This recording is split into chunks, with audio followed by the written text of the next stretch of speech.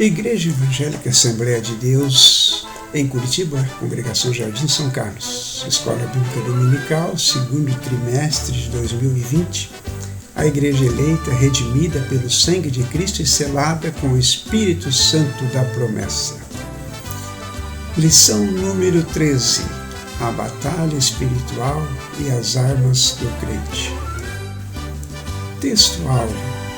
Revesti-vos de toda a armadura de Deus para que possais estar firmes contra as astutas ciladas do diabo.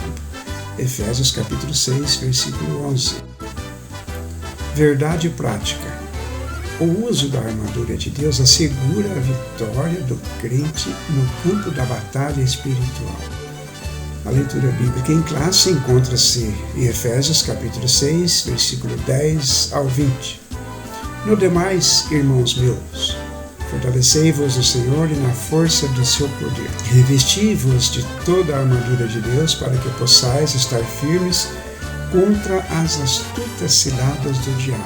Porque não temos que lutar contra a carne e sangue, mas sim contra os principados, contra as potestades, contra os príncipes das trevas deste século, contra as hostes espirituais da maldade nos lugares celestiais. Portanto, tomai toda a armadura de Deus para que possais resistir no dia mau e, havendo feito tudo, ficar firmes. Estai, pois, firmes, tendo cingido os vossos lombos com a verdade e vestida a couraça da justiça, e calçado os pés na preparação do Evangelho da paz, tomando sobretudo o escudo da fé, com o qual podereis apagar todos os dardos inflamados do inimigo.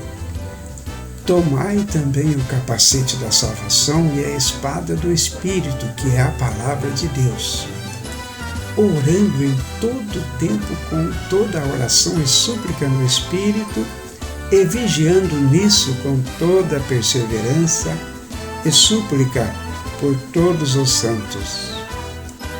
E por mim, para que me seja dada no abrir da minha boca a palavra com confiança, para fazer notório o mistério do Evangelho, pelo qual sou embaixador em cadeias, para que possa falar dele livremente como me convém falar. Com a graça de Deus, estamos concluindo mais um trimestre de estudos bíblicos. Estudamos neste trimestre a carta que Paulo escreve aos Efésios e temos a certeza de que fomos ricamente abençoados com o conteúdo desta carta.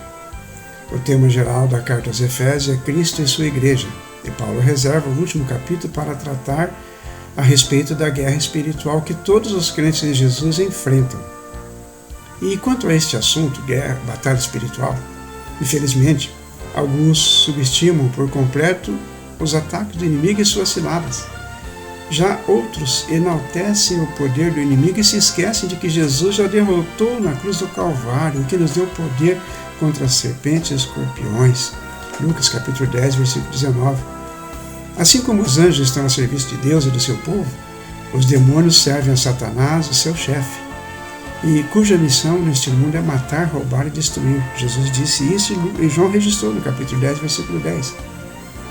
Mas nunca podemos nos esquecer de que maior é o que está conosco, Jesus Cristo.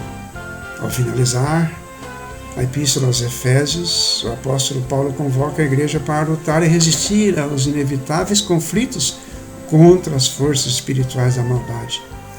E nesta batalha, a fim de suportarmos os ataques e mantermos firmes na marcha contra o mal, nós, os soldados de Cristo, precisamos estar revestidos de toda a armadura de Deus.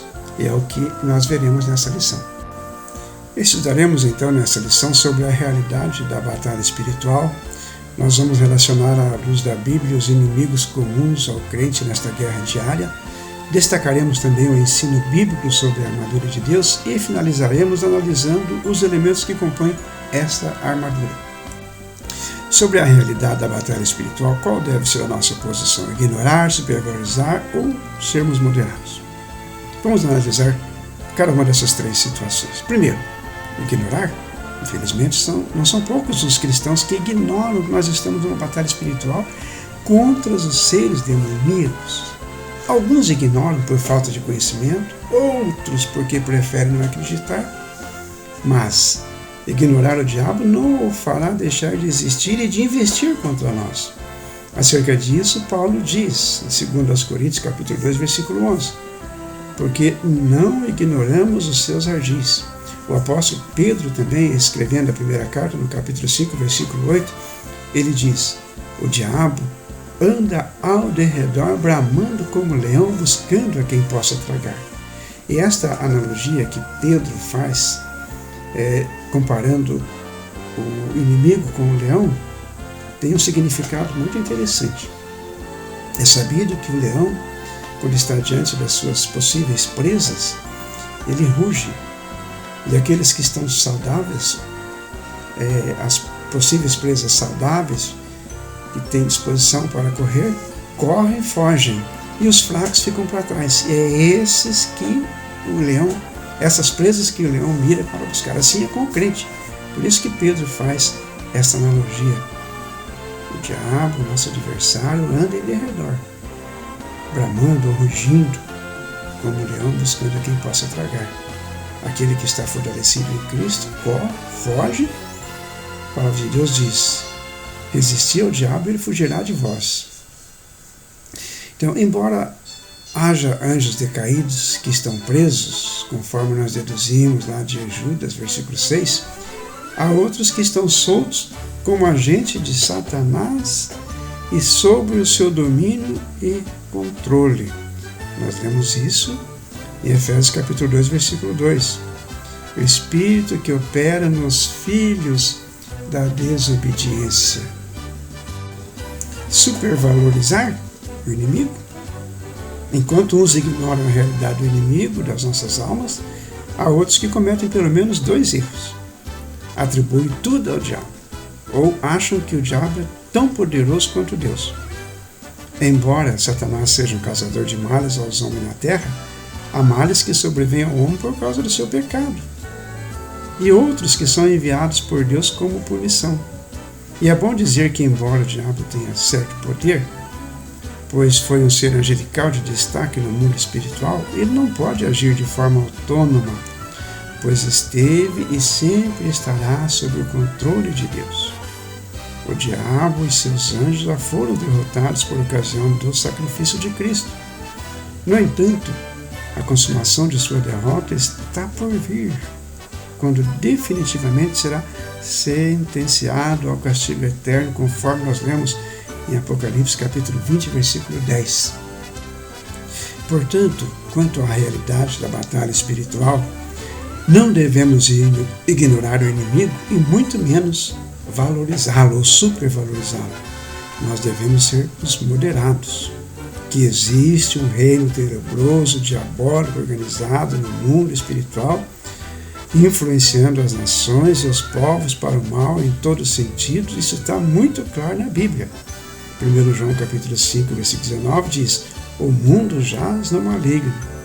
Jesus por diversas vezes chamou o diabo de o príncipe deste mundo, o Deus desse século que cegou os entendimentos dos incrédulos, diz o apóstolo Paulo, na segunda carta aos Coríntios capítulo 4, versículo 4. Ele também falou do príncipe das potestades do ar do espírito, que agora opera nos filhos da desobediência. Efésios capítulo 2, versículo 2.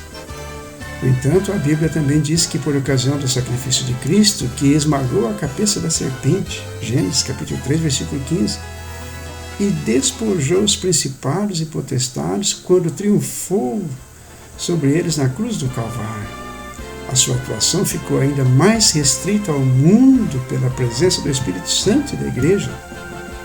A Igreja, o Senhor Jesus Cristo concedeu poder e autoridade sobre os demônios e todo o poder do maligno, de forma que as portas do inferno não prevalecerão contra ela, ou seja, a Igreja do Senhor. Portanto, quanto à realidade da batalha espiritual, nós não devemos ignorar e nem supervalorizar, mas sermos moderados lembrando das palavras de Jesus, que as portas do inferno não prevalecerão contra a igreja. Veremos agora os 3 inimigos do cristão na batalha espiritual, que são a carne, o mundo e o diabo. A carne. A natureza carnal, a velha natureza que herdamos de Adão depois da queda, uma natureza que se opõe a Deus e que não é capaz de fazer qualquer coisa espiritual para agradar ao Senhor, conforme nós lemos em Gálatas, capítulo 5, versículos 19 a 21. Esta carne que Paulo lhe cita refere-se à nossa natureza caída e às vezes chamada de velho homem, que surgiu desde a desobediência no Éden. O outro inimigo, o mundo. A Bíblia ensina que não devemos amar o mundo, pois ser amigo do mundo é ser inimigo de Deus. Tiago, capítulo 4, versículo 4. O mundo, no original grego, não é o planeta Terra onde nós vivemos, mas é o presente século mal, o grande sistema do mal ao redor de nós, que é governado por um príncipe. É o governo mundial de rebelião contra Deus e que se opõe ao Senhor Jesus e satisfaz a concupiscência da carne, a concupiscência dos olhos e a soberba da vida. É sobre este mundo que a Bíblia fala que jaz no maligno, conforme primeira carta de João, capítulo 5, versículo 19. O outro inimigo do cristão nessa batalha espiritual é o diabo. O terceiro e grande adversário do homem é o próprio diabo, que é o príncipe das potestades do ar, segundo Efésios capítulo 2, versículo 2. Ele rege os negócios deste mundo mau e seu grande objetivo é contrariar a vontade e o programa de Deus no mundo, na igreja e no crente. Mas, por meio de sua morte e ressurreição, Jesus Cristo venceu a carne, venceu o mundo e venceu o diabo. Atitudes que devemos ter em relação à armadura de Deus. Conhecer a armadura e revestir-se de armadura. Conhecer a armadura. Conhecer é perceber, é incorporar algo, é ficar sabendo, é adquirir informações sobre aquilo que nós queremos conhecer. Tomar ou ter consciência daquilo que nós queremos conhecer, no caso aqui a armadura de Deus. É estar familiarizado com ela, é ter ideia bastante exata sobre a armadura de Deus, é experimentar a armadura de Deus, é dar-se conta de que nós temos a armadura de Deus a nosso dispor. Contra os inimigos espirituais não podemos lutar de qualquer jeito, e nem com qualquer arma, nem tampouco usarmos a armadura humana, uma vez que lutamos contra inimigos na esfera espiritual e imaterial. Nós precisamos conhecer nossas armas espirituais. Paulo, escrevendo a segunda carta aos Coríntios, no capítulo 10, versículo 4, ele diz: as armas da nossa milícia não são carnais, mas poderosas em Deus para a destruição das fortalezas. Deus nos supriu com estas armas e não devemos deixar parte alguma de fora. Alguns cristãos estão sendo derrotados porque não têm dado a devida importância a essas armas espirituais que estão ao nosso dispor e por isso estão sendo vencidos por Satanás. Nós devemos então não só conhecer a armadura de Deus, mas também revestir-se de armadura de Deus. Revestir-se significa vestir-se mais uma vez, vestir de novo, cobrir-se com adornos, recobrir, tornar firme, estável, resistente algo, aplicando-lhe um revestimento para enfrentar uma situação diversa, é armar-se. Lá no original grego, na língua que foi escrito no Novo Testamento, a palavra lá utilizada no sentido de revestir-se quer dizer entrar em uma roupa, vestir duas vezes. E a ideia deixada pelo apóstolo Paulo é que este revestimento serve para nós ficarmos firmes, de onde vem a palavra no original grego que significa ficar de pé, tornar firme, fixar, manter-se no lugar, permanecer imóvel, continuar seguro, ileso, permanecer preparado, ter uma mente firme, alguém que não hesita, que não desiste. Só assim podemos vencer as astutas ciladas do diabo. Veremos agora os elementos da armadura de Deus. O cinto da verdade. Satanás é um mentiroso e pai da mentira, mas o cristão cuja vida é controlada pela verdade o derrotará. Efésios capítulo 6, versículo 14, a parte A, diz: estai, pois, firmes, tendo cingido os vossos lombos com a verdade. O termo cingido, lá no original grego, traz a ideia de prender as vestes com o cinturão, cobrir-se. Já as palavras lombo, que fala do quadril, lugar onde os hebreus achavam que o poder generativo residia por causa do sêmen, as partes geradoras da vida. E verdade, lombo e verdade do grego, aletheia, fala de algo verdadeiro, sincero de mente, sinceridade de mente. A verdade e a mentira são opostas. A verdade, como as outras peças da armadura, é na realidade um aspecto da natureza do próprio Deus. Cingir-se com o cinturão da verdade é cingir-se de Cristo, pois Cristo é a verdade. A couraça da justiça. A couraça é uma armadura defensiva que cobre o peito e as costas, onde ficam os órgãos vitais, como o coração e o pulmão. Uma couraça lá do soldado, no tempo de Paulo, protegia o guerreiro contra um golpe fatal contra estes órgãos, ou seja, o coração e o pulmão, importantes. E o texto diz: e vestida a couraça da justiça, o peitoral, que consistia de duas partes chamadas asas.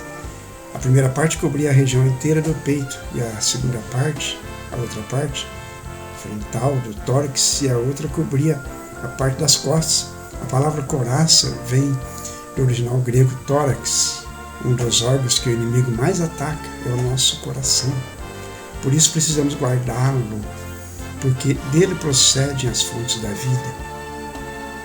Não guardar o coração pode gerar marcas e sequelas. Por isso que o salmista diz no Salmo 119, versículo 11: escondi a tua palavra no meu coração para não pecar contra ti. Os calçados do Evangelho da Paz.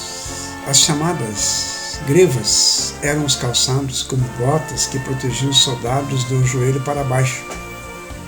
Os pés são a base do corpo, que dão sustento e levam o corpo ao seu destino, e isso fala-nos por onde andamos. Os soldados romanos usavam sandálias com cravos na sola para dar mais apoio aos pés durante a batalha, a fim de resistir e de permanecerem inabaláveis. Então, calçar os pés com a preparação do Evangelho da Paz representa dizer que devemos ir preparados e treinados, andando em santidade de vida. Paulo fala da preparação dos pés para o conflito espiritual em Efésios capítulo 6, versículo 15.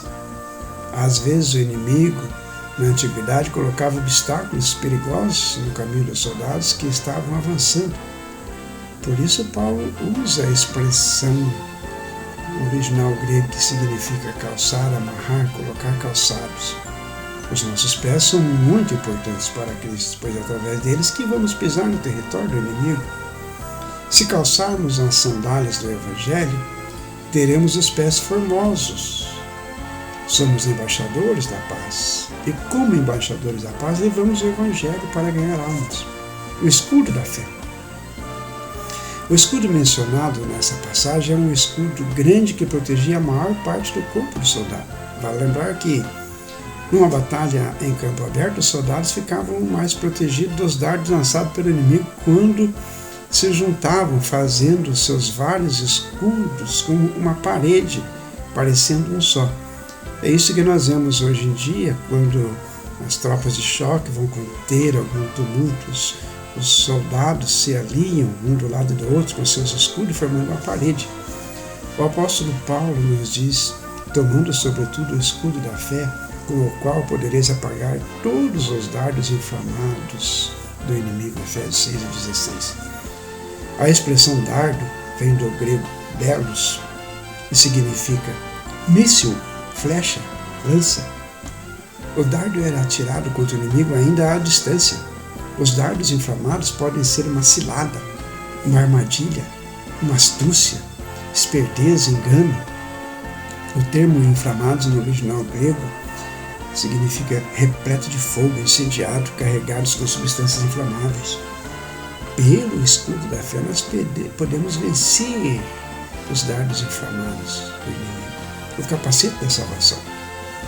Satanás deseja atacar nossa mente e foi assim que derrotou Eva. O capacete da salvação refere-se à mente controlada por Deus. O texto diz: tomai também o capacete da salvação Quando Deus controla a nossa mente, Satanás não consegue fazer o cristão se desviar. O capacete que protegia a cabeça do soldado era feito de várias formas e de vários metais. O capacete da salvação protege nossa mente das mentiras do diabo e das influências do mundo.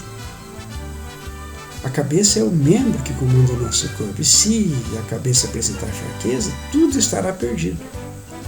O capacete guarda a nossa mente, o capacete da salvação guarda a nossa mente de ser atingida pelo inimigo.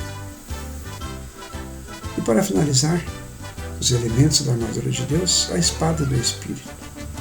Encontre os outros elementos que citamos: o cinto da verdade, a couraça da justiça, o evangelho da paz, o escudo da fé e o capacete da salvação. São elementos de defesa da nossa armadura de Deus. A espada é a única arma de ataque na armadura de Deus. A espada, que tinha várias formas e dimensões, eram feitas de vários tipos de metais na época em que o apóstolo Paulo escreve esse texto. Esse é o símbolo usado por Paulo para indicar a palavra de Deus, a Bíblia Sagrada. O escritor aos Hebreus também afirmou isso em Efésios capítulo 4, versículo 12. Aliás, Hebreus capítulo 4, versículo 12. Pedro tentou usar a espada, literalmente falando a espada, para defender Jesus do Getsemane. Mas em Pentecostes aprendeu que a espada do Espírito é muito mais poderosa e eficaz. Cristo usou a espada do Espírito e derrotou o inimigo. Moisés também tentou conquistar pela espada, literalmente falando, mas descobriu que a palavra de Deus, a espada do Espírito, por si mesma, era mais do que suficiente para derrotar o Egito. Portanto, aprendamos a usar a armadura de Deus, lembrando que os elementos da armadura de Deus, a sua maioria, são de defesa.